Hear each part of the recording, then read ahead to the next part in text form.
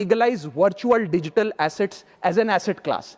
India में अभी sir वैसे ही डी फैक्टो लीगलाइज टैक्सेशन है वर्चुअल डिजिटल एसेट्स, यानी कि crypto currency, stable coin etcetera. क्योंकि अगर उनकी खरीद बेच पर कोई मुनाफा होता है तो 30% फ्लैट इनकम टैक्स लगता है और 1% ट्रांजैक्शन टैक्स जो अपनी वस्तु बेच रहा है उसे सरकार को जमा कराना पड़ता है।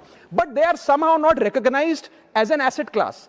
वीडीएस जो वर्चुअल डिजिटल एसेट्स है, इन्हें एक एसेट क्लास का दर्जा नहीं दिया गया, जिसके चलते कोई डेडिकेटेड लाइसेंसिंग लॉ नहीं है, कोई क्लियर कंज्यूमर या इन्वेस्टर प्रोटेक्शन कानून नहीं है, एएमएल कानून यानी कि एंटी मनी लॉन्ड्रिंग गाइडलाइंस और डायरेक्शंस इस एसेट क्लास के लिए नहीं है, and there is of course no explicit legal classification. As a result what has happened is that 4.8 lakh crore trade in this virtual digital assets has moved offshore. Bharat के बाहर निकलकर वो अन्य देशों में, दुबई, सिंगापुर, मलेशिया और अन्य देशों में इसका ट्रेड हो रहा है जो भारतीय कर रहे हैं।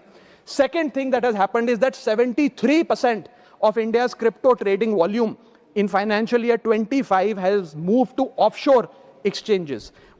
What has further happened is that 180 virtual digital asset startups have moved to countries like Dubai and Singapore, and as a result जो देश, भारत देश के 12 करोड़ ऐसे लोग हैं जो इन वर्चुअल डिजिटल एसेट्स में, क्रिप्टो में, आरडब्ल्यूए यानी कि रियल वर्ल्ड एसेट में, स्टेबल कॉइन में इन्वेस्ट करना चाहते हैं, वो ऑफशोर जाकर इन्वेस्ट कर रहे हैं। जरूरत है कि हम कंप्लायंस हिंदुस्तान में लागू करें, उसे हेविली रेगुलेट करें, लेकिन उसे ऑनशोर लाएं। इसके चलते अगर ऐसा होता है तो सरकार के खजाने में 15 से 20 हजार करोड़ रुपए का इजाफा होगा, उन्हें उतना टैक्स मिलेगा। और इसी के साथ साथ मैं सरकार को कहना चाहता हूं that we currently tax these virtual digital assets as if they are legal, but we regulate them as if they are illegal. मेरा सुझाव है कि इसे heavily regulate करिए, रिंग फेंस करिए इस इकोसिस्टम को, AML गाइडलाइंस यानी कि एंटी मनी लॉन्ड्रिंग कानून और मजबूत